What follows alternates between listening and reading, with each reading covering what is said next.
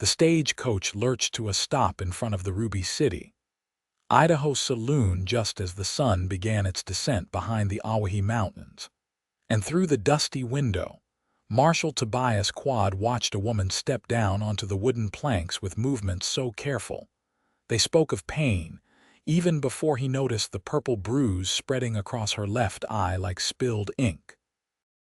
Her hands shook as she gripped her carpetbag, the trembling visible even from where he stood 50 feet away, and something in his chest tightened with an anger he had not felt since the war ended nearly a decade ago in 1875. He set down his coffee cup and moved toward the door of the marshal's office, his boots hitting the floorboards with deliberate thuds that echoed the pounding of his heart. The woman looked up as he approached, and for just a moment, their eyes met. Hers were green, the color of spring grass after rain, but they held a wariness that made him slow his steps and gentle his expression before he spoke. "Madam, you look like you could use some help with that bag," he said, keeping his voice low and even, the way he might speak to a spooked horse. He was a tall man at 6'2", broad across the shoulders from years of hard work, and he knew he could be imposing despite his best intentions. She took a step back, her body angling away from him as though preparing to run, and those trembling hands clutched the carpetbag tighter against her chest like a shield. "I can manage, thank you." "I am sure you can," Tobias said, making no move to come closer. "But that does not mean you should have to. Name is Tobias Quade. I am the marshal here in Ruby City, and it is part of my job to make sure folks feel welcome and safe in my town." Something flickered across her face at the word safe, a complicated emotion he could not quite name, but she did not run. Instead, she straightened her spine with visible effort and met his gaze more directly. "Catherine Owens. Most people call me Kate." "Miss Owens, would you allow me to escort you to the boarding house? Mrs. Chen runs a clean establishment, serves good meals, and does not tolerate any nonsense from her guests." He paused, then added carefully, "You look like you have had a long journey." Kate's hand drifted unconsciously to her bruised eye, then dropped away quickly as though she had forgotten it was there, and the reminder brought fresh shame. "I appreciate the offer, Marshal. I would be grateful for the escort." Tobias took the carpetbag when she finally released it, noting how light it was, suggesting she had left wherever she came from with very little in the way of possessions. They walked in silence down the main street of Ruby City, past the general store and the assay office and the Silver Dollar Saloon, where piano music drifted out into the cooling evening air. A few townspeople called out greetings to him, and he acknowledged them with nods while remaining close enough to Kate that anyone looking would understand she was under his protection. Mrs. Chen, a formidable woman who had come to Idaho during the gold rush with her late husband and stayed after he passed, took one look at Kate and ushered her inside with the efficiency of someone who had seen too much of life's cruelty to waste time with unnecessary questions. "Third room on the left upstairs. Clean sheets, and I will bring up some hot water for washing. Supper is in an hour if you are hungry." "Thank you," Kate said, her voice barely above a whisper. She glanced back at Tobias, and he saw something in her expression that made him want to promise things he had no business promising to a woman he had just met. Instead, he simply tipped his hat and said, "Welcome to Ruby City, Miss Owens. If you need anything at all, my office is 2 doors down from the saloon. I am usually there, and if I am not, my deputy Sam can find me quick enough."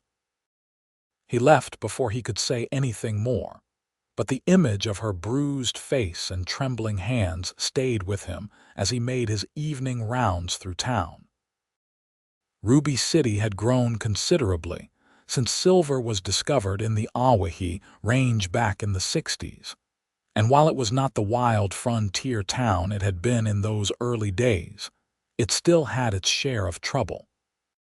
Miners looking to spend their wages on whiskey and cards, the occasional dispute over claims, and sometimes men who thought their fists gave them the right to impose their will on those weaker than themselves. Tobias had dealt with more than his share of that last type, and every single one of them now either resided in the cemetery on the hill or had decided other territories offered better prospects. He had not earned his reputation for being soft on men who hurt women and children, and he did not intend to start now. The night passed quietly enough, and when dawn broke over the mountains the next morning, Tobias found himself making excuses to walk past the boarding house more frequently than his usual patrol required. He told himself it was simple professional concern, that any lawman worth his badge would keep an eye on a newcomer who had obviously fled some kind of trouble, but he knew it was more than that. There had been something about Kate Owens that had reached past all his careful defenses and touched something he thought had died on a battlefield in Tennessee. He was on his third unnecessary trip past Mrs. Chen's establishment when Kate herself emerged, dressed in a simple gray dress that had seen better days but was clean and neatly pressed. The bruise around her eye looked darker in the morning light, the colors more vivid, and Tobias felt that anger kindle again in his chest. "Marshal Quade," she said, acknowledging him with a small nod. "I was hoping I might find you. I need to inquire about employment opportunities in town." "What kind of work are you looking for?" he asked, falling into step beside her as they walked toward the main street. "I can sew, cook, clean, keep accounts," Kate said, ticking off her skills with the matter-of-fact tone of someone who had learned to be practical about survival. "I have some education. I can read and write and do figures well enough. I am not particular about the type of work as long as it is honest and pays enough for me to support myself." "Mrs. Chen might need help at the boarding house," Tobias suggested. "And the school teacher, Miss Patterson, has been talking about needing an assistant now that more families have been moving into the area. There is also the dress shop. Mrs. Williamson is getting on in years, and her eyes are not what they used to be for fine work." They stopped in front of the general store, and Kate turned to face him fully. In the morning light, he could see that she was younger than he had first thought, probably no more than 23 or 24, with auburn hair pulled back in a practical bun, and a dusting of freckles across her nose that the bruising could not completely hide. She was not beautiful in the conventional sense, but there was something compelling about her face, a strength beneath the obvious fear that made him want to know her story even as he knew better than to push. "Why are you helping me?" she asked suddenly, her green eyes searching his face. "You do not know anything about me or where I came from or what I might have done." Tobias considered his answer carefully, knowing that whatever he said now would set the tone for everything that followed. "I know that someone hurt you badly enough that you ran with nothing but a carpet bag and enough fear to make your hands shake. I know that you arrived in my town looking for a fresh start, and I believe in giving people that chance. And I know that as long as you are in Ruby City, nobody is going to hurt you again. That is a promise, Miss Owens." Something shifted in her expression, a crack in the careful walls she had built around herself. Her eyes grew bright with unshed tears, and she looked away quickly, blinking hard. "You should not make promises you cannot keep, Marshal." "I do not," he said simply, and meant it with every fiber of his being. The weeks that followed established a pattern that became as familiar to Tobias as his morning coffee. Kate took a position helping Mrs. Chen at the boarding house and also spent 3 afternoons a week assisting Miss Patterson at the schoolhouse. She proved to be exactly as capable as she had claimed, and the children took to her gentle manner immediately. Tobias made a point of stopping by the school during her hours there, always with some official reason that fooled absolutely nobody, least of all his deputy Sam, who had taken to giving him knowing looks that Tobias steadfastly ignored. Kate's bruise faded slowly from purple to green to yellow before finally disappearing altogether, but the trembling in her hands took longer to ease. Tobias noticed it most when men approached her too quickly or raised their voices in her vicinity, and he made sure word spread quietly through town that Kate Owens was under his protection, and anyone who gave her cause for fear would answer to him personally.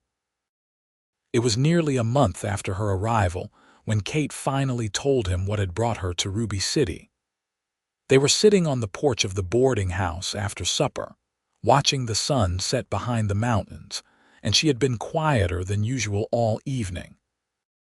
Tobias had learned to give her space when she needed it, to let her come to him rather than pushing, so he simply sat beside her and waited.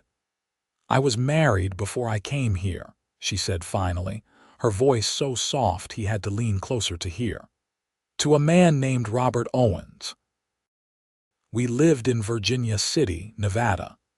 He was a manager at one of the mines there, well respected in town, charming when he wanted to be. Everyone thought I was lucky to have caught his eye." Tobias said nothing, just waited, and after a moment she continued. "It started small. Little criticisms about how I kept house or prepared his meals. Then he began controlling where I went and who I spoke to, saying it was because he loved me and wanted to keep me safe. By the time he first hit me, I was so isolated I had nowhere to turn and nobody who would believe me over him."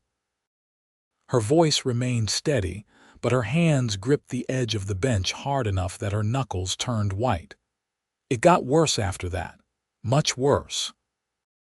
He would hurt me and then apologize and promise it would never happen again, and I wanted so badly to believe him that I stayed longer than I should have." "What changed?" Tobias asked gently. "He came home drunk one night and told me he was going to kill me." Not in anger, just as a simple statement of fact, the way you might mention the weather. He said he was tired of being married and killing me would be easier than a divorce. She drew a shaky breath. "He passed out before he could do it, and I realized that if I did not leave right then, I never would. So I took what little money I had hidden away, packed a bag, and bought a ticket on the first stagecoach heading anywhere else. He does not know where you went. No, I was careful about that. I bought tickets to 3 different destinations and only took the stage to Ruby City at the last minute. And I started using my maiden name again. As far as I know, he thinks I am either dead or hundreds of miles away in California." Tobias absorbed this information, his jaw tight with the effort of controlling his anger. Not at Kate, never at Kate, but at the man who had hurt her badly enough to make her flee with nothing but the clothes on her back and a desperate hope that somewhere in the world she might find safety. "You did the right thing," he said. "Leaving took more courage than staying ever could have." "It did not feel courageous," Kate said with a bitter little laugh. "It felt like cowardice, like failure." "It was not," Tobias said firmly. He reached out slowly, telegraphing his intention clearly, and when she did not pull away, he took her hand in his. Her fingers were cold despite the warmth of the evening, and they still trembled slightly, but she did not withdraw. "You survived, Kate. You got away from someone who wanted to kill you, and you built a new life here in Ruby City. That is not cowardice. That is strength." She looked at their joined hands for a long moment, and when she finally met his eyes, he saw something vulnerable and fragile and infinitely precious in her expression. "I am afraid all the time, Tobias. Afraid he will find me. Afraid he will hurt someone I care about to punish me. Afraid I will never be able to trust anyone again." "That is understandable," he said. "But I meant what I told you the day you arrived. No man is going to touch you again, not while I am breathing, and I am not going anywhere.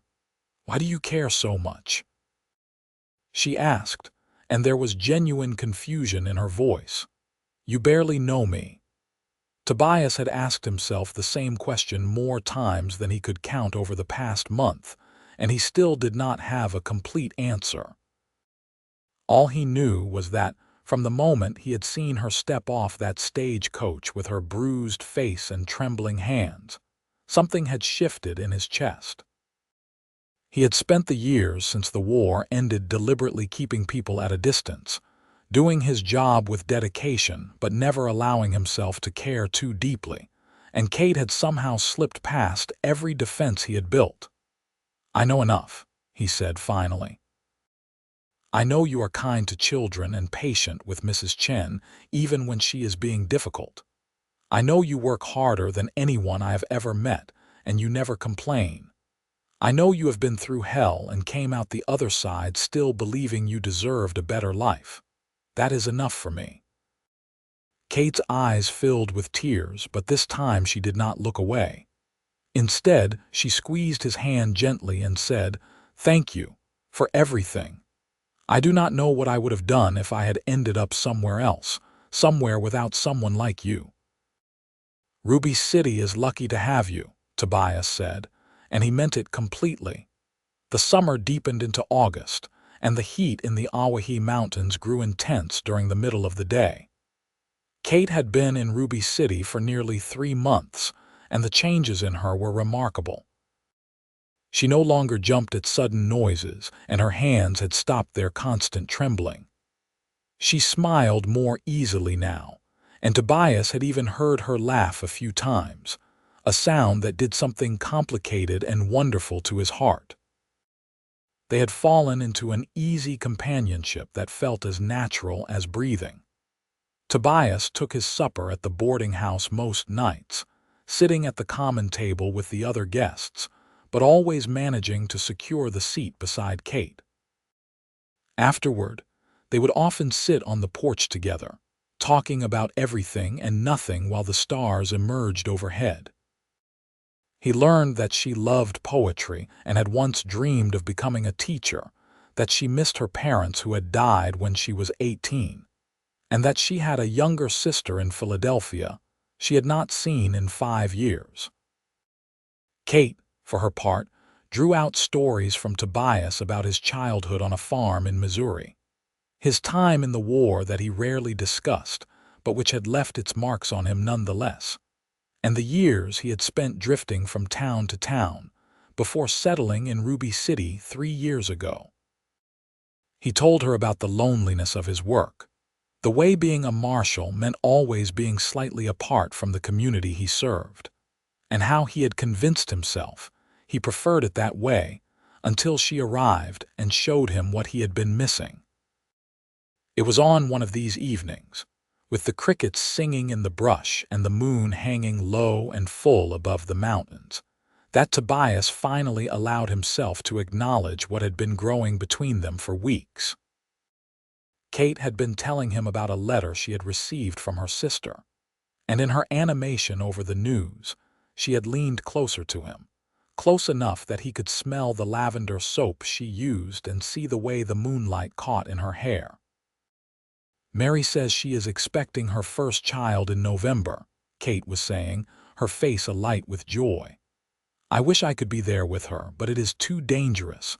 If Robert found out where I was..." She trailed off, and some of the light dimmed from her expression. "Maybe someday it will be safe enough," Tobias said, though privately he doubted it. Men like Robert Owens did not give up easily, and the thought of Kate's former husband was one that plagued Tobias more than he cared to admit. He had sent some careful inquiries to contacts he had in Nevada, trying to learn more about the man, but so far he had received no response. "Maybe," Kate said, but she sounded doubtful. Then she turned to look at him directly, and there was something in her eyes that made his breath catch. "Tobias, can I ask you something?" "Anything," he said, and meant it. "Why have you never married? You are a good man, established in your position, respected in the community. Surely there have been women who were interested." Tobias considered his answer carefully, knowing that what he said now mattered more than almost anything he had ever said before. "There were a few, I suppose, over the years, but I never felt about any of them the way." He paused, then decided to be honest because Kate deserved nothing less. "The way I have come to feel about you." Kate drew in a sharp breath, and for a terrible moment, Tobias thought he had made a mistake, that he had pushed too hard too fast and frightened her. But then she reached out and took his hand, lacing her fingers through his with a sureness that spoke of her own certainty. "I am afraid," she said softly, "of what I feel for you, of trusting someone again, of everything this could mean." "I know," Tobias said. He brought their joined hands up and pressed a gentle kiss to her knuckles, a gesture of devotion that felt as natural as breathing. "We can take this as slow as you need. I am not going anywhere, Kate. I will wait as long as it takes. What if I am too broken?"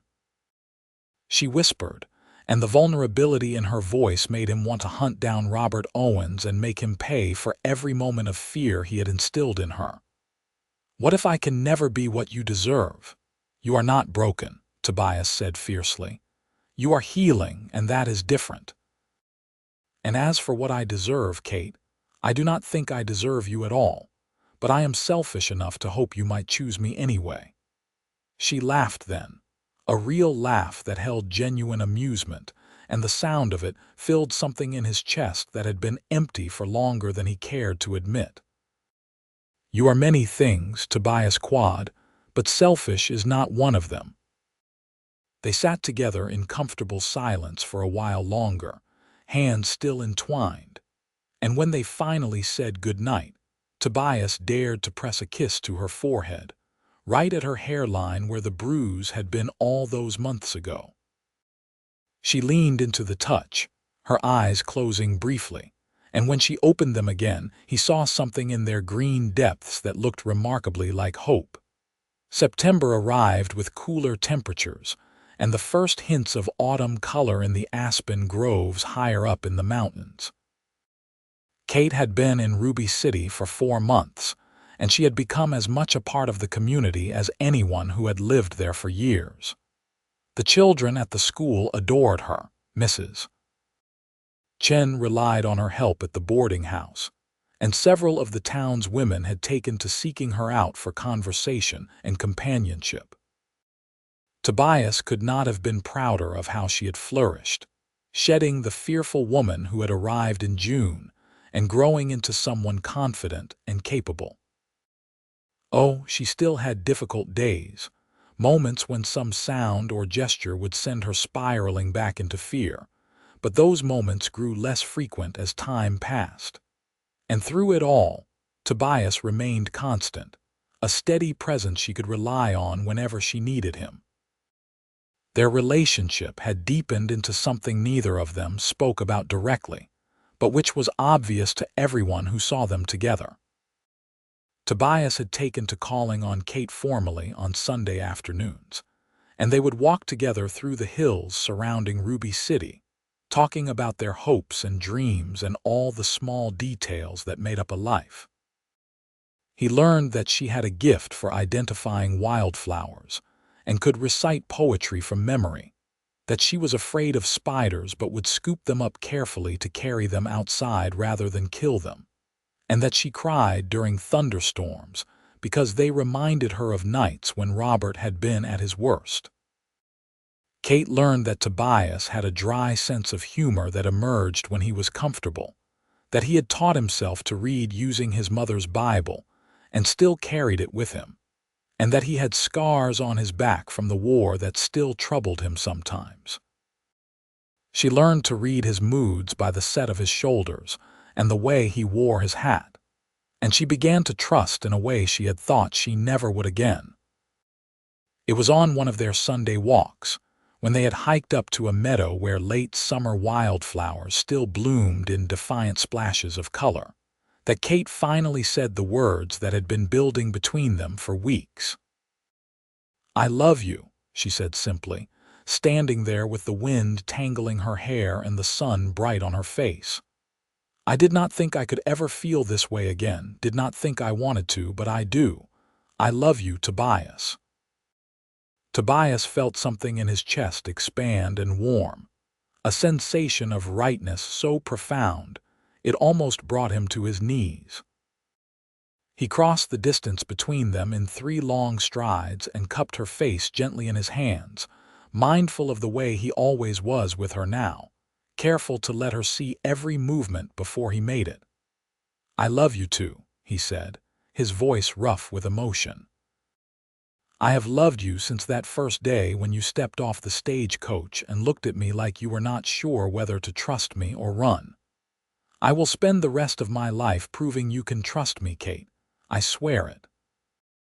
She rose up on her toes and kissed him then, a gentle press of lips that tasted of sunshine and new beginnings.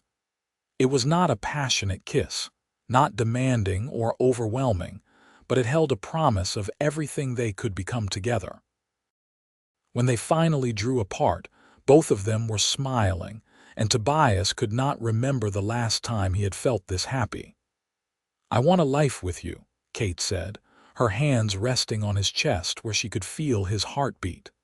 "But I need you to understand what that might mean. Robert might come looking for me someday.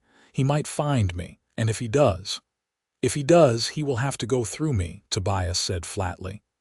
"And I promise you, Kate, that man will never touch you again. I will die before I let that happen." "That is what I am afraid of," she said, her eyes bright with unshed tears. "I could not bear it if something happened to you because of me." "Nothing is going to happen to me," Tobias assured her. "But even if it did, Kate, loving you would be worth any price. You have to know that."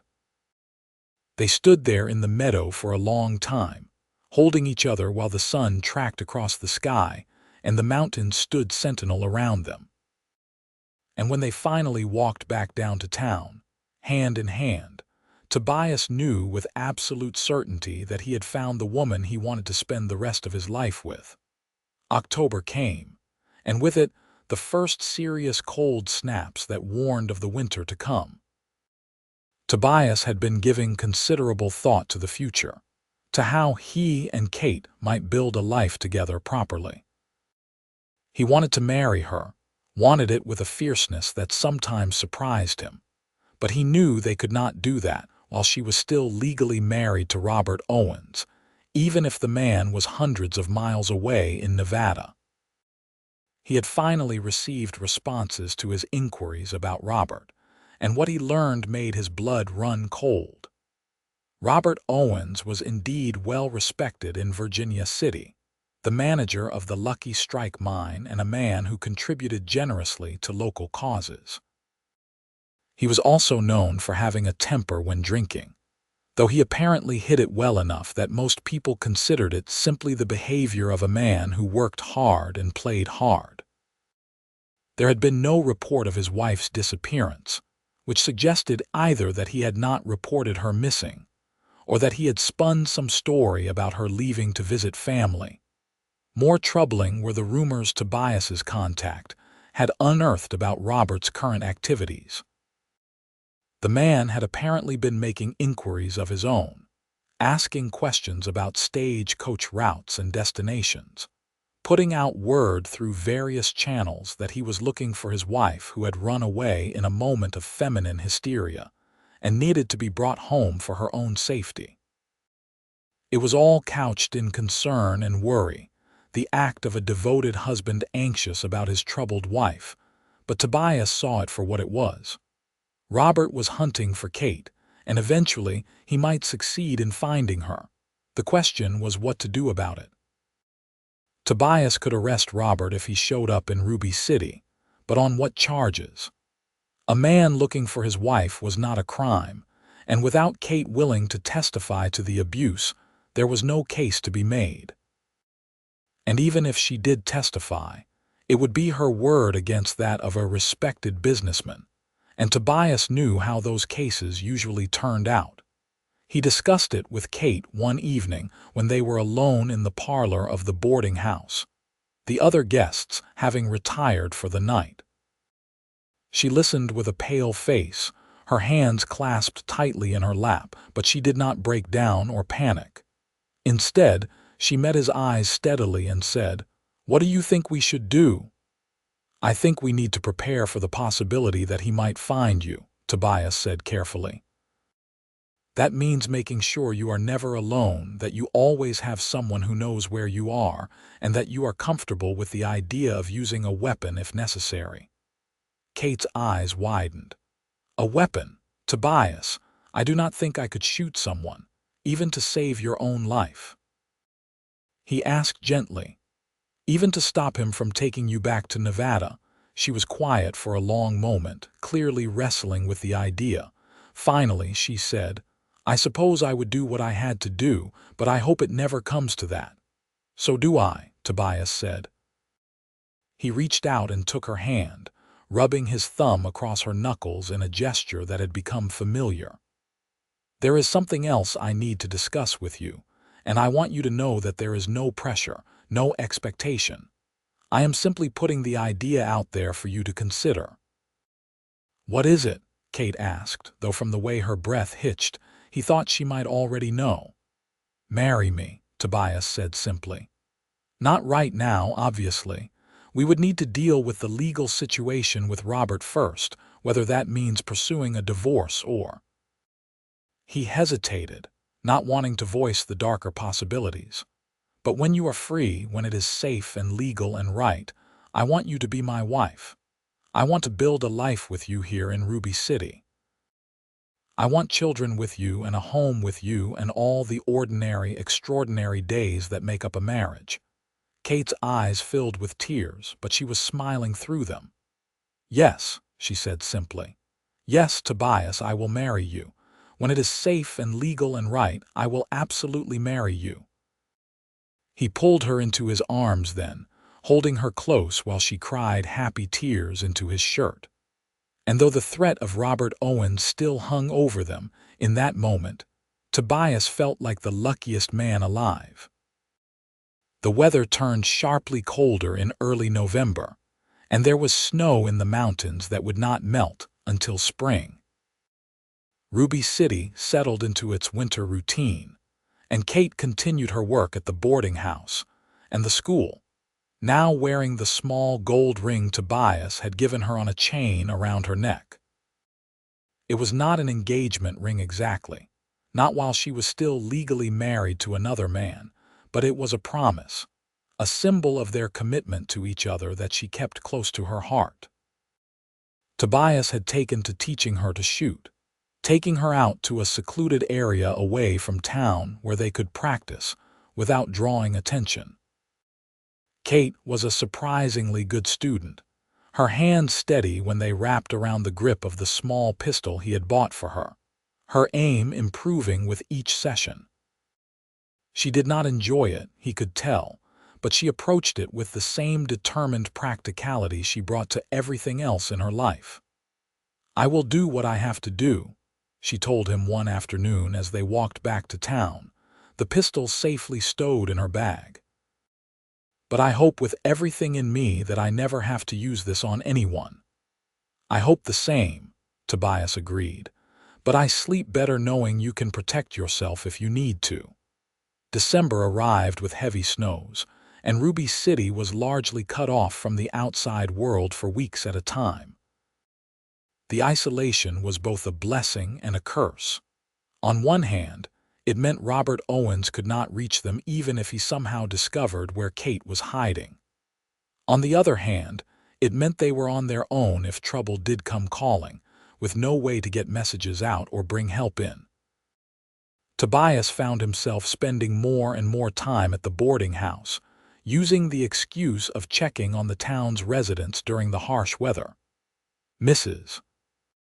Chen, who was far more perceptive than people gave her credit for, simply smiled knowingly and made sure there was always extra coffee and a place at her table for him. It was during one of these long winter evenings, with the wind howling outside and the fire crackling in the parlor, that Kate surprised him by bringing up the subject of her marriage to Robert. "I have been thinking," she said, setting aside the mending she had been working on, "about how to get free of him legally. I spoke with Mr. Harrison at the assay office. He studied law before coming west, and he said that I might be able to file for divorce on grounds of cruelty and abandonment." Tobias sat forward, his interest immediately engaged. "What would that require?" "Testimony about the abuse, which I could provide, and proof that he has not supported me or attempted to find me through proper channels, which we also have. Mr. Harrison says it would not be a quick process, and there is no guarantee it would succeed, but it is possible." She looked at him with hope and trepidation mixed in her green eyes. "What do you think?" "I think it is worth pursuing," Tobias said carefully. "But I also think you need to be prepared for the possibility that filing for divorce might draw Robert's attention and lead him right to us." "I know," Kate said, "but I have been thinking about that too. Right now I am living in fear, always looking over my shoulder, always waiting for him to find me. Maybe it is time to stop hiding and start fighting for my freedom properly." Tobias could not argue with that logic, even though everything in him wanted to wrap her up and keep her safe from any possible harm. Kate had grown so much stronger in the months since her arrival, and he knew she needed to do this, needed to take control of her own fate rather than simply reacting to what others did to her. "All right," he said finally. "Let us do it. Let us file for divorce and deal with whatever comes. But we do it smart, Kate. We make sure you are protected, that there are people around who know what is happening and are ready to help if needed." "I would not have it any other way," Kate said. She moved to sit beside him on the sofa, leaning into his warmth the way she had learned to do over the past months. "Thank you for supporting me in this, for supporting me in everything. Always," Tobias promised, pressing a kiss to her temple. "Whatever you need, Kate, always." The paperwork for the divorce was filed in mid-December, and Mr. Harrison assured them that it would take months, possibly as long as a year, before the case was heard. In the meantime, life in Ruby City continued its steady rhythm.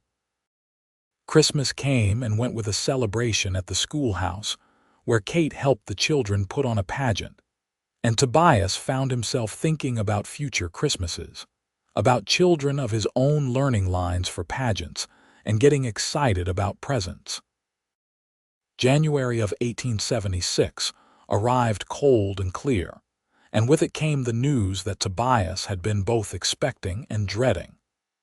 A telegram reached Ruby City via a rider who had made the dangerous journey from Boise, and it contained a message from Tobias's contact in Virginia City. Robert Owens had received notification of the divorce proceedings and was reportedly furious. More concerning, he had immediately set out to discover where the papers had been filed from, and while the contact had done his best to muddy the trail, it was only a matter of time before Robert traced Kate to Idaho. "He is coming," Kate said flatly when Tobias showed her the telegram. They were in his office, the door locked and the curtains drawn, and her face had gone pale but her voice remained steady. "How long do we have?" "Hard to say," Tobias admitted. "The roads are still difficult with snow, so it will take him time to get here even once he figures out where you are. And he might not.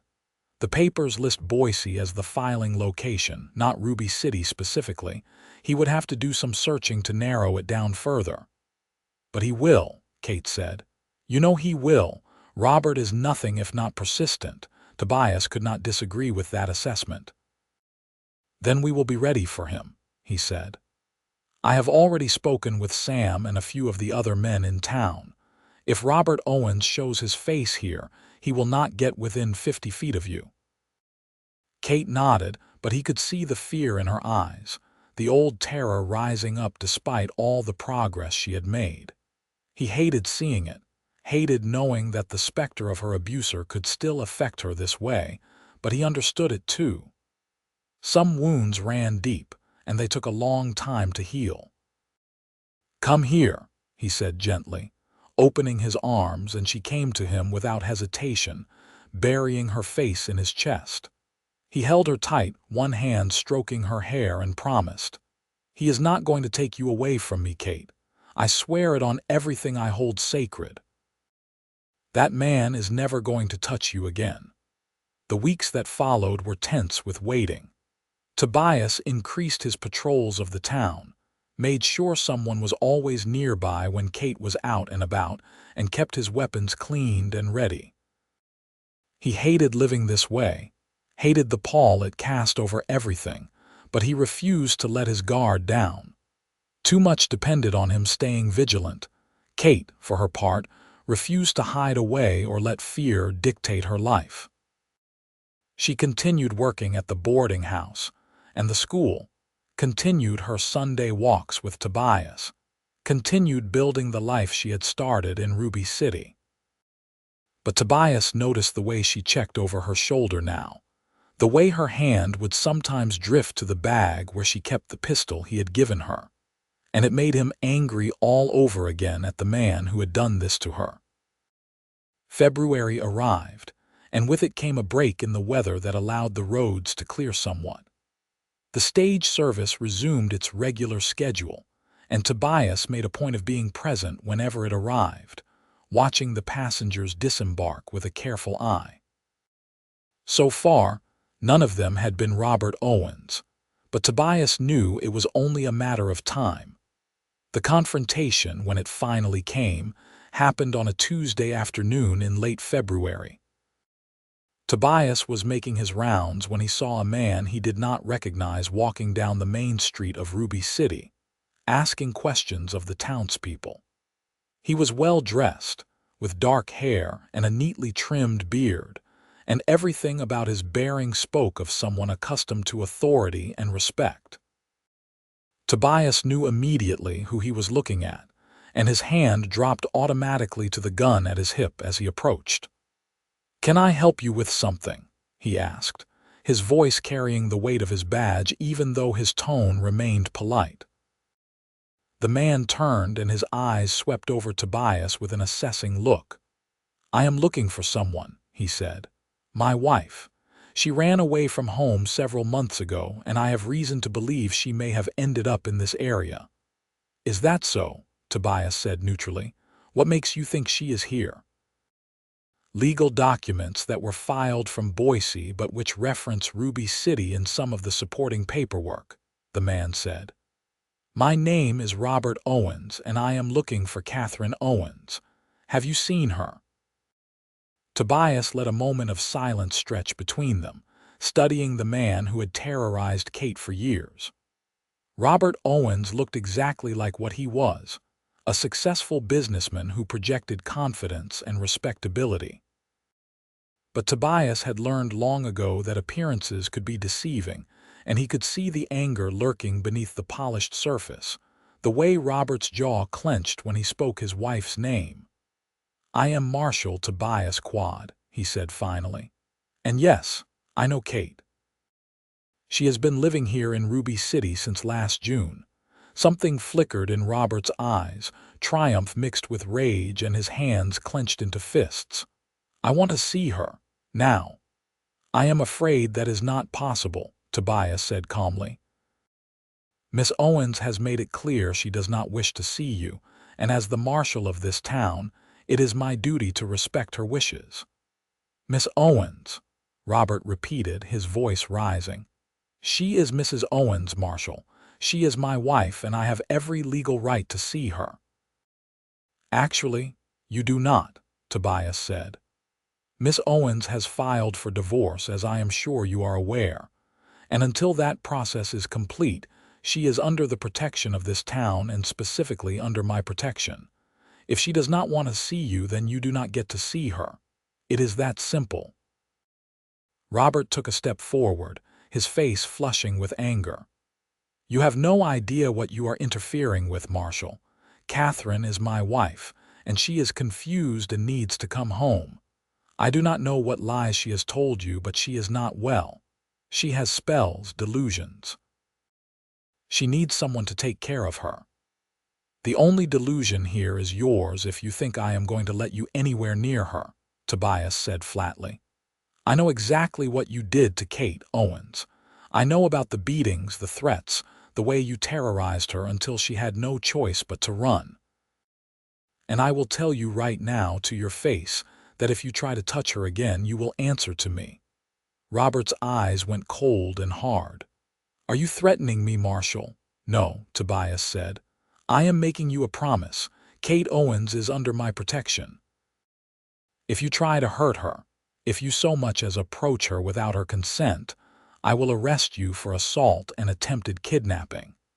And if you give me reason to believe you pose an immediate threat to her safety, I will use whatever force is necessary to stop you. Do I make myself clear? For a long moment, they stood there, two men facing off on the main street of Ruby City, while the townspeople watched with undisguised interest. Tobias was aware that his hand remained near his gun, ready to draw if necessary, and he was also aware that Robert was sizing him up, trying to determine if he was serious about his threats. Finally, Robert stepped back, though the anger in his eyes had not diminished. This is not over, Marshal. Catherine is my wife, and I will get her back. You can count on that.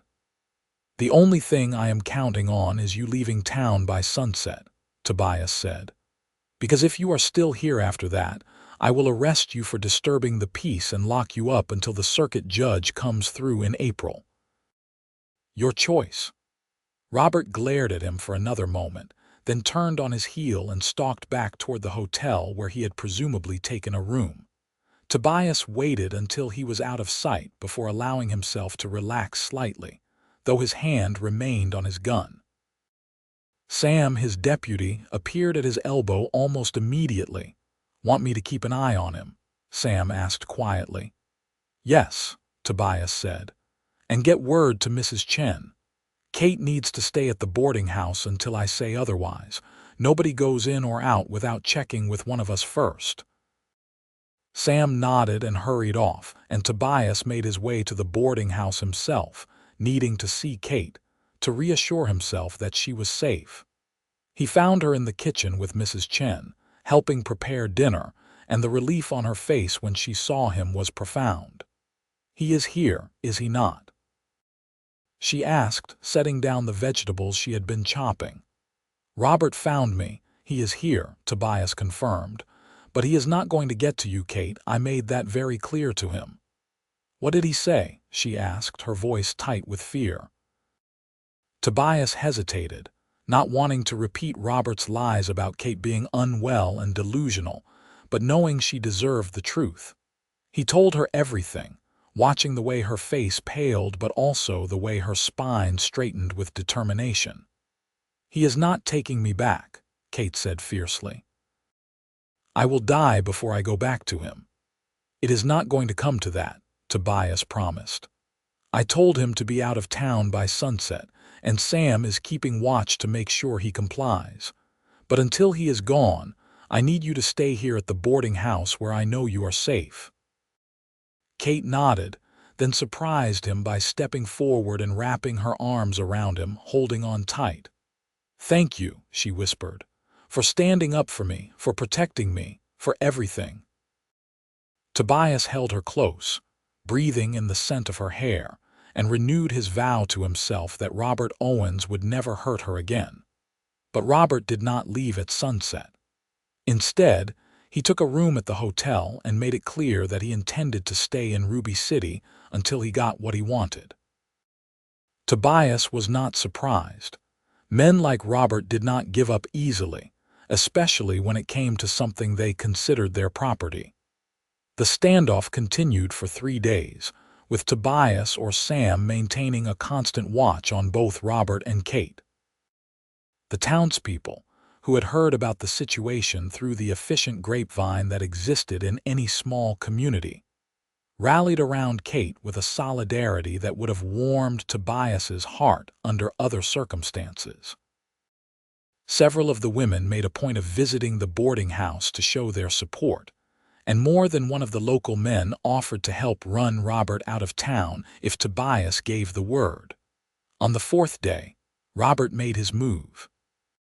He approached the schoolhouse during the afternoon session, when Kate was helping Miss Patterson with the children, walking up to the door with the confidence of someone who believed his legal right to his wife trumped any local law enforcement. But Tobias had anticipated this, had made sure someone was always watching the school, and he reached the building before Robert could get inside. "That is far enough," Tobias said, stepping between Robert and the schoolhouse door, Robert's face twisted with frustration and barely suppressed rage. "You cannot keep me from my own wife, Marshal. What you are doing is illegal." "What I am doing is protecting a woman who has filed for divorce from a man who abused her," Tobias said. "And if you keep trying to get to her, I will arrest you for harassment and make sure you spend the next few months in my jail waiting for the judge." "You have no proof of any abuse," Robert snapped. "Just her word, and everyone knows women can be hysterical, can make up stories when they are upset." "I have the proof right here," said a voice from behind Tobias, and he turned to see Kate standing in the doorway of the schoolhouse.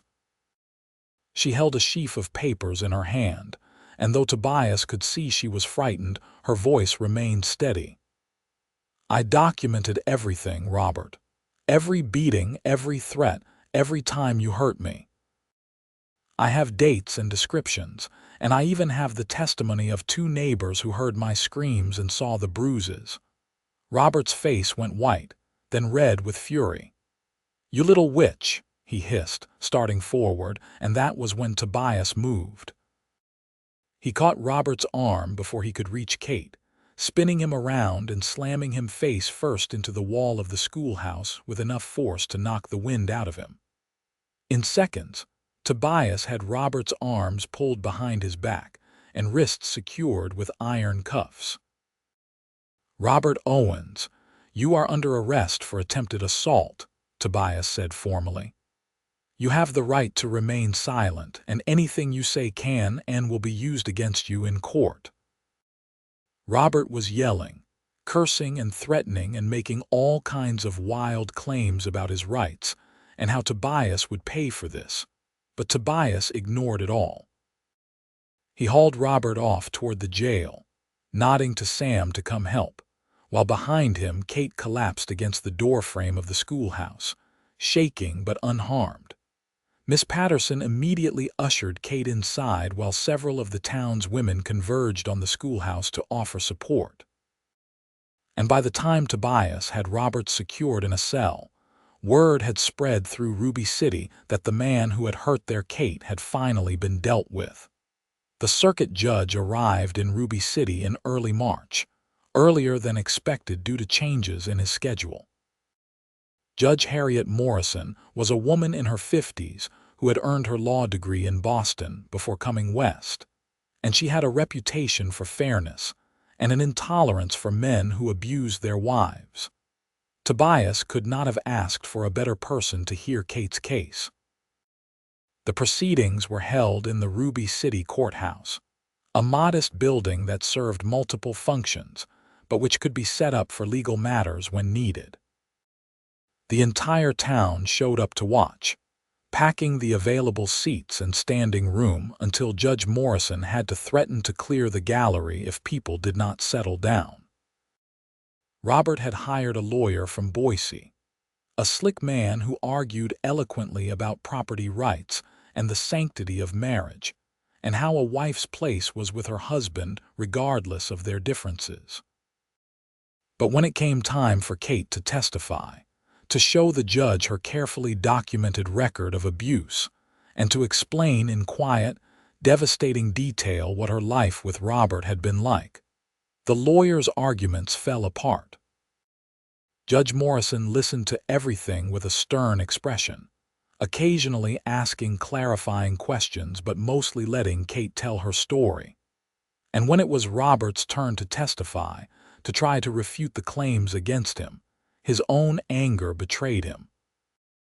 He could not maintain the facade of the concerned husband, and his fury at Kate for daring to leave him, for daring to fight back, came through loud and clear.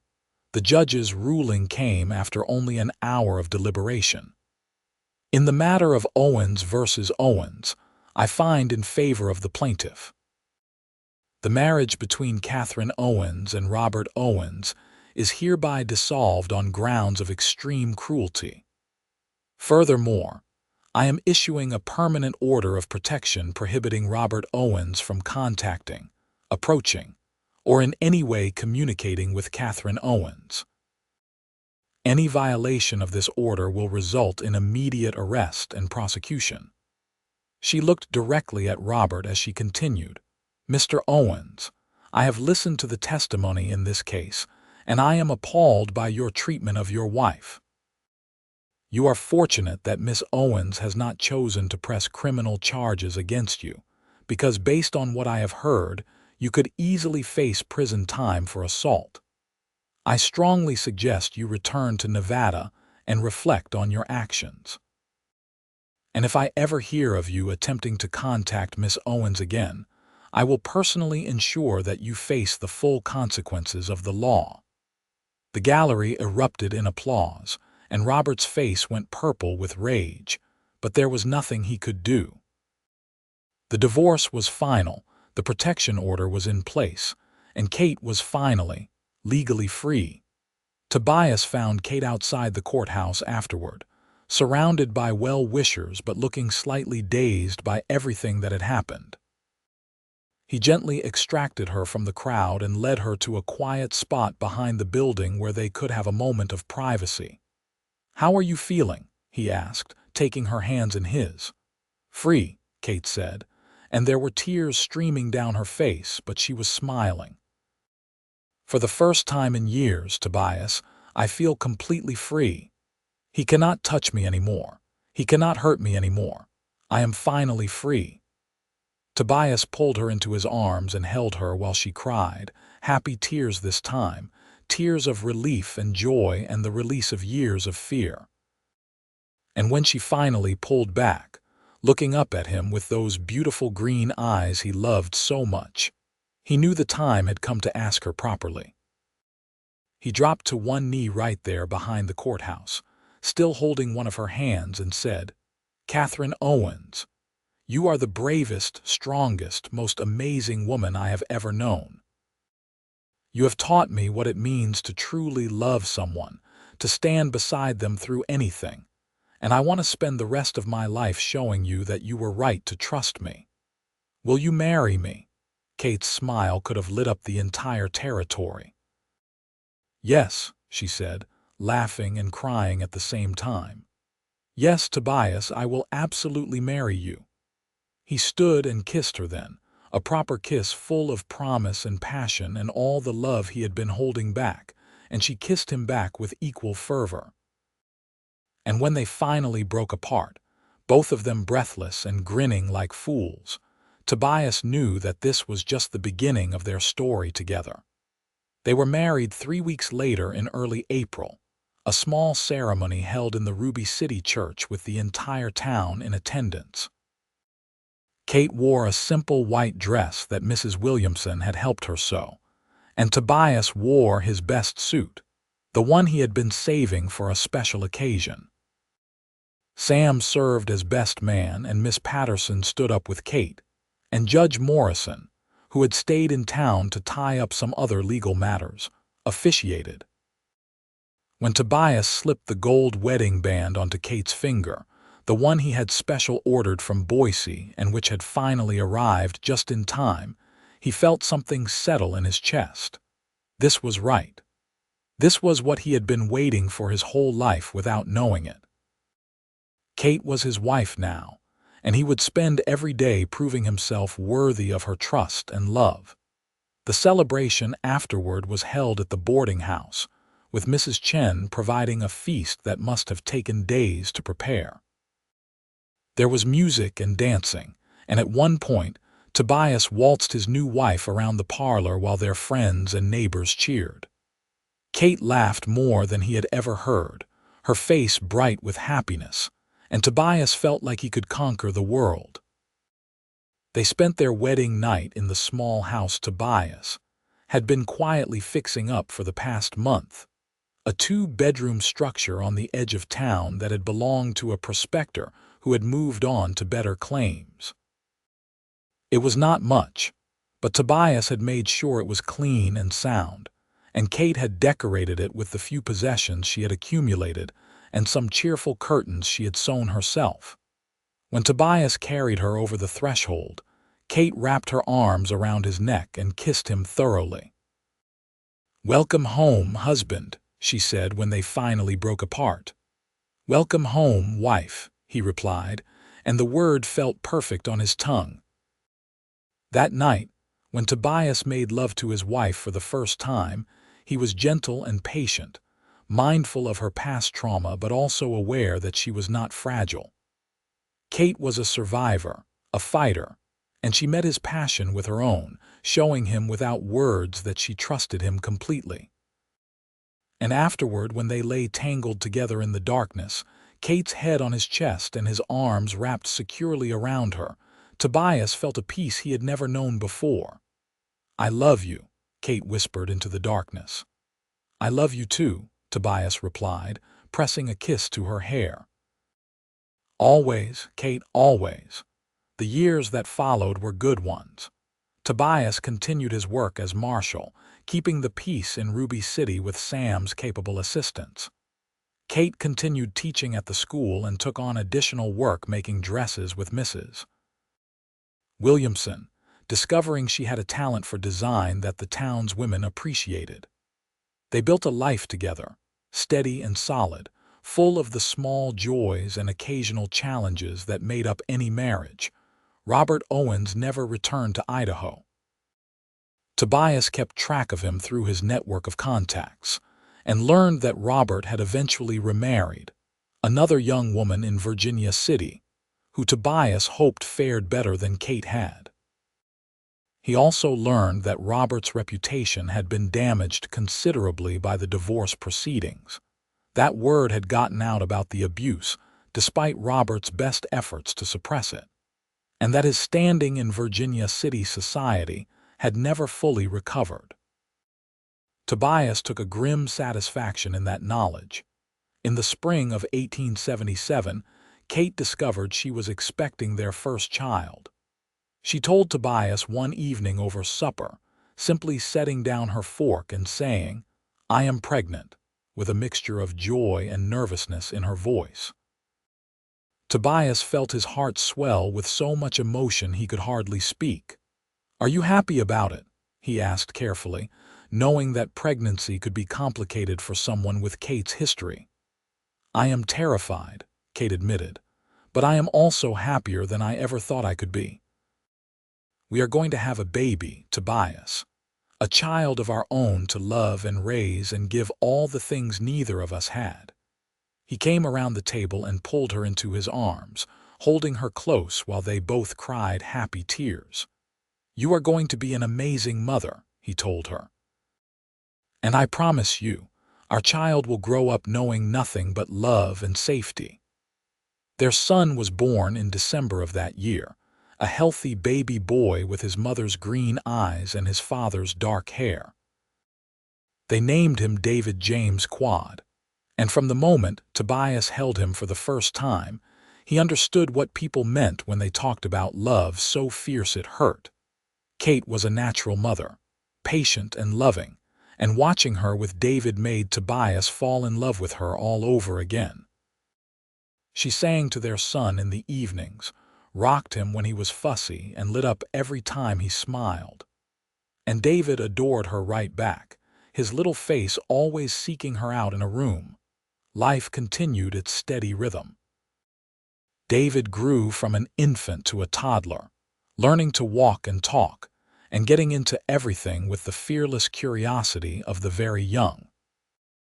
Kate had to leave her teaching position to focus on caring for him, but she continued her sewing work from home, and the townspeople were always happy to bring their orders to her rather than requiring her to come to them. In 1879, Kate became pregnant again, and this time she was less nervous and more excited.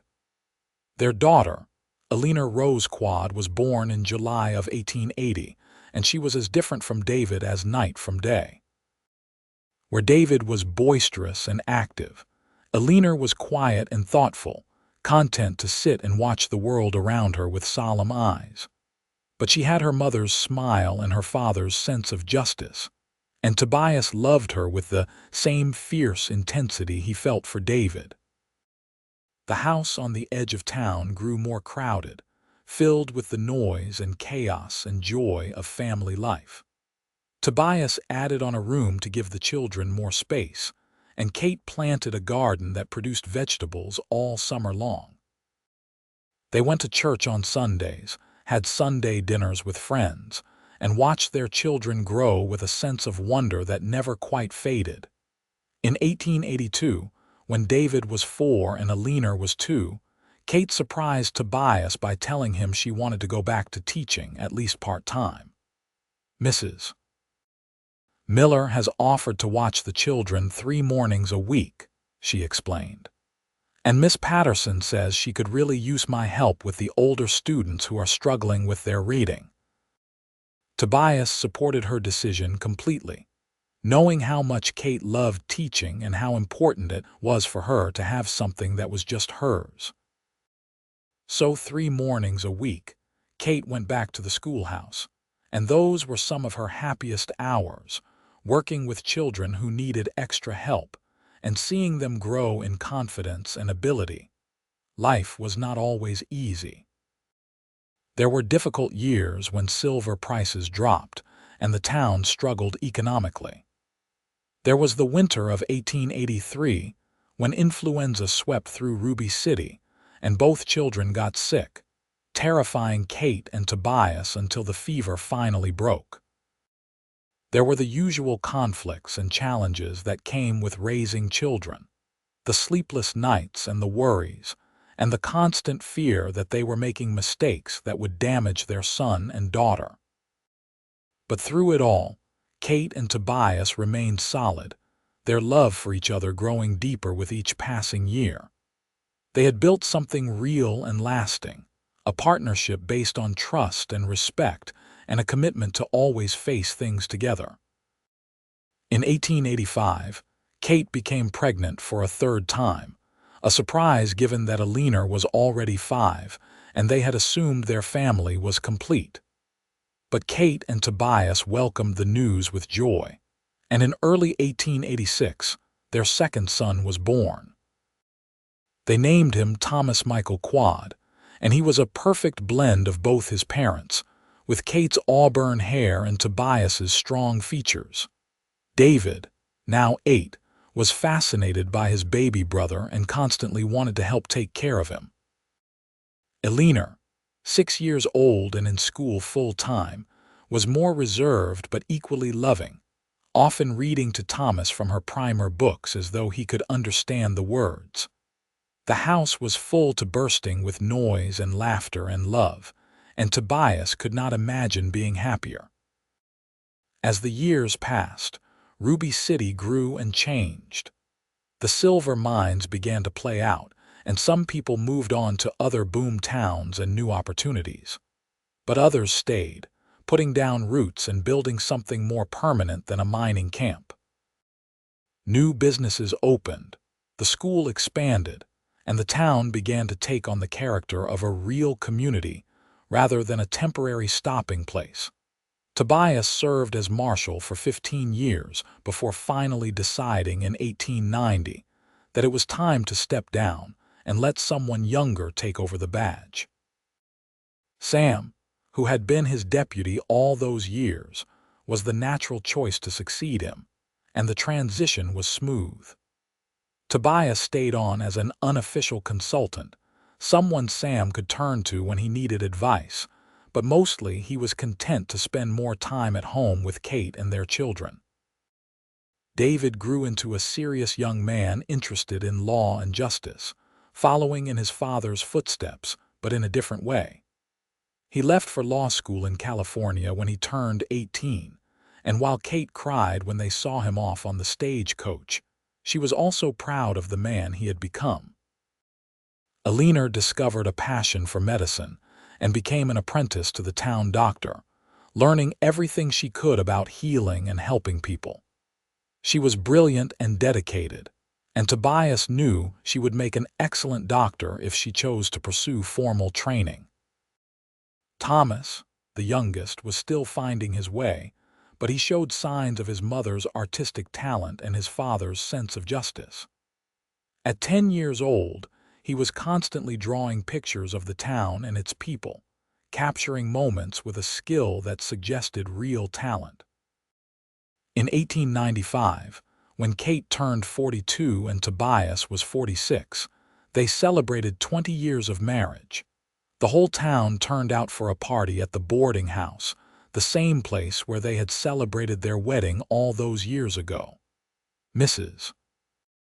Chen, now in her 70s but still formidable, presided over the festivities with the same efficiency she brought to everything. As Tobias danced with Kate in the same parlor where they had danced on their wedding night, he thought about everything they had been through together.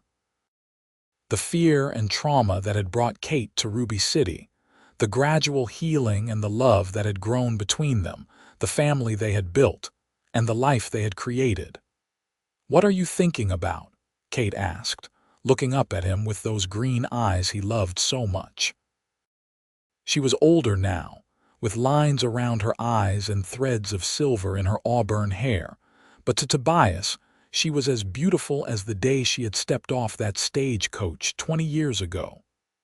"I am thinking about how lucky I am," Tobias said honestly. "About how that day you arrived was the day my real life began. About how much I love you and how grateful I am for every single day we have had together." Kate's eyes filled with tears, but she was smiling. "I was thinking the same thing," she said. "About how I came to Ruby City running from one life and found another one beyond anything I could have imagined. About how you saved me in every way a person can be saved. About how much I love you and our children and this life we built together." They kissed there in the middle of the dance floor, surrounded by friends and family, and the community that had embraced them both. And Tobias thought about the promise he had made to Kate all those years ago, the promise that no man would ever touch her again, that she would be safe and loved and protected. He had kept that promise, and in keeping it, he had found everything he had ever wanted. The years continued to pass, bringing new joys and new challenges. David finished law school and returned to Idaho, though not to Ruby City. Instead, he settled in Boise, where he opened a practice specializing in helping women escape abusive marriages, inspired by his mother's story and his father's example. Kate and Tobias visited him often, proud of the work he was doing and the lives he was changing. Alina did pursue formal medical training, one of the few women accepted to a program in San Francisco. She returned to Ruby City as Dr. Alina Quade in 1900, taking over from the aging town doctor and bringing new techniques and knowledge to the community. She never married, content with her work and her family, and she became beloved in Ruby City for her skill and her compassion. Thomas discovered that his artistic talent could be turned to a career, and he began selling his drawings and paintings to magazines and newspapers in San Francisco and Denver. He traveled extensively, always returning to Ruby City between assignments, and his artwork captured the changing face of the American West in ways that resonated with people across the country. Kate and Tobias watched their children grow and thrive with a satisfaction that came from knowing they had given them good foundations. And as they grew older together, their love did not diminish, but rather deepened into something even more precious. They knew each other completely, the good and the bad, the strengths and the weaknesses, and they chose each other every single day. In 1905, They became grandparents for the first time when David and his wife Anna had a daughter. Kate held her granddaughter for the first time and wept with joy, thinking about how far she had come from that terrified woman who had arrived in Ruby City nearly 30 years ago with nothing but a bruised face and trembling hands. More grandchildren followed over the years, and Kate and Tobias's house became a gathering place for the whole family. Sunday dinners grew larger and noisier, filled with multiple generations sharing stories and laughter and love. Kate would look around the table at these moments, at the family she and Tobias had created, and feel overwhelmed with gratitude. "We did good," Tobias would whisper to her on those occasions, and Kate would squeeze his hand and agree completely. As they grew older, both of them slowed down inevitably. Tobias's joints ached on cold mornings, and Kate's eyesight was not what it used to be, making her detailed sewing work more difficult. But they adapted, finding new ways to spend their time and new pleasures in the quieter pace of life. They took daily walks together through Ruby City, greeting neighbors and friends who had been part of their lives for decades. They sat on their porch in the evenings, holding hands and watching the sun set behind the mountains. They told stories to their grandchildren, passing down family history and the values they held dear. In 1910, on their 35th wedding anniversary, Kate and Tobias renewed their vows in a small ceremony at the church. All three of their children were there, along with their spouses and children, and half the town showed up to witness the event. When Tobias looked into Kate's eyes and repeated the promises he had made 35 years earlier, he meant them just as much as he had the first time. "I love you," he said simply. "Yesterday, today, and all the tomorrows we have left." "I love you too," Kate replied, her voice steady and sure. "Thank you for keeping your promise. Thank you for giving me a life I never dreamed I could have. Thank you for everything." They kissed, and the church erupted in applause, and Tobias felt his heart overflow with happiness. The years continued to pass, and while life inevitably brought losses and sorrows, it also brought continued joys. Kate and Tobias watched Ruby City transform from a rough mining town into a proper small city with paved streets and electric lights, and even an automobile or two. They marveled at the changes, at how much the world had shifted from the one they had known in their youth, but they also appreciated the constants, the things that remained the same. Love remained the same. Family remained the same. The mountains still stood sentinel over the valley, and the seasons still turned in their eternal cycle. And Kate and Tobias still woke up each morning grateful for another day together. In 1915, Tobias fell ill with pneumonia during a particularly harsh winter. For days, he hovered between life and death while Kate sat by his bedside, holding his hand and refusing to leave. Their children came home, gathering around their father, and Alina used all her medical skill to help him fight the infection. Slowly, gradually, Tobias recovered, though the illness left him weaker than before. But he was alive, and when he opened his eyes to see Kate's face, lined with worry and exhaustion but still beautiful to him, he smiled. "I am not ready to leave you yet," he whispered, his voice hoarse from coughing. "Good," Kate said, tears streaming down her face, "because I am not ready to let you go." Tobias recovered fully over the following months, though both he and Kate knew that time was becoming more precious. They were in their 60s now, and while they were still relatively healthy, they could not ignore the reality that they had fewer years ahead than behind. It made them appreciate each day even more, made them savor the simple pleasures of shared meals and quiet conversations, and the warmth of holding hands on the porch swing. They told each other often how much they loved each other, never taking for granted that there would always be another day to say it. In 1918, they celebrated 43 years of marriage, and Kate looked at Tobias across the dinner table and said, "Do you remember that day I arrived? How frightened I was, how certain I was that I would never feel safe again." "I remember," Tobias said. "I remember thinking I had never seen anyone look so alone. You promised me no man would ever touch me again," Kate said softly. "And you kept that promise, Tobias. For 43 years, you have kept that promise. You gave me safety and love and a family and a life beyond my wildest dreams. How do I even begin to thank you for that?" "You do not need to thank me," Tobias said. "Loving you has been the greatest privilege of my life, Kate. You made me whole in ways I did not even know I was broken. Everything good in my life came from you." They stood and embraced there in their kitchen, two people who had found each other against all odds and built something beautiful and lasting. And as Tobias held his wife, he thought about that young woman with the black eye and trembling hands who had stepped off a stagecoach all those years ago, and the promise he had made to her. He had kept that promise, and in keeping it, he had found everything worth living for. As Kate and Tobias moved into their later years, they found new rhythms and new ways to appreciate the life they had built. Their children were all settled and successful.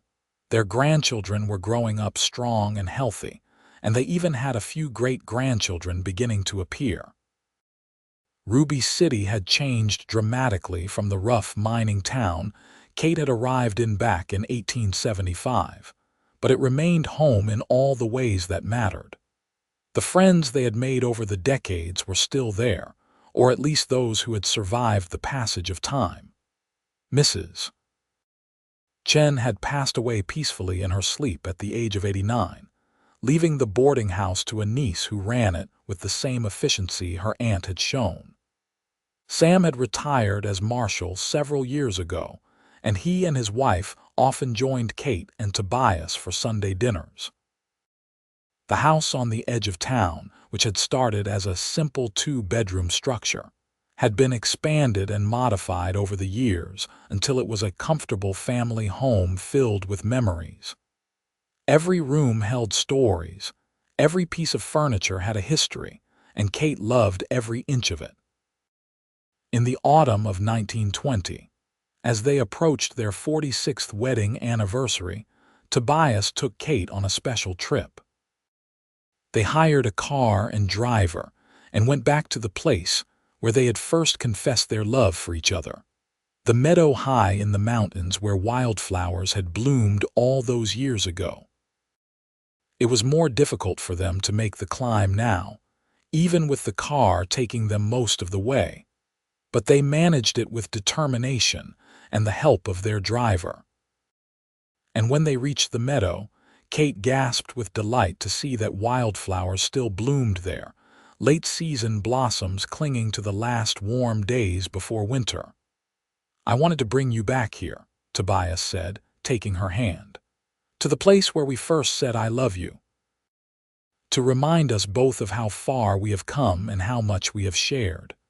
Kate looked around the meadow, then back at her husband, and felt her heart overflow with emotion. "It is perfect," she said. "Everything about this moment is perfect." They sat together on a flat rock, looking out over the valley where Ruby City nestled among the hills, and talked about their life together. They remembered the challenges they had faced, from Robert's appearance to the difficult years when money was tight to the illnesses and losses that came with time. But mostly they remembered the joys, the countless small moments of happiness that had made up their marriage. "If you could go back," Tobias asked, "knowing everything that would happen, would you still get on that stagecoach to Ruby City?" Kate did not hesitate. "In a heartbeat," she said. "Every single moment, good and bad, led me to you and to this life.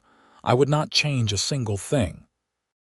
"Neither would I," Tobias agreed. He leaned over and kissed her gently, and even after 45 years together, the touch of his lips still made her heart flutter. They stayed in the meadow until the sun began to set, casting long shadows across the valley. And as they made their way carefully back down the mountain to where their driver waited, both of them knew they had been given something rare and precious. Not just love, but a love that had endured through decades of challenges and change. A love that had created a family and a legacy that would continue long after they were gone. As they approached their 50th wedding anniversary in 1925, the whole family began planning a massive celebration. David came from Boise with his wife and 3 children. Alina hosted the planning meetings in her home, and Thomas designed special invitations that he had printed up in Denver. The entire town was invited, and preparations began months in advance. Kate and Tobias watched the preparations with a mixture of amusement and deep gratitude. They had never expected to cause such a fuss, but they could not deny it felt good to be so loved and celebrated.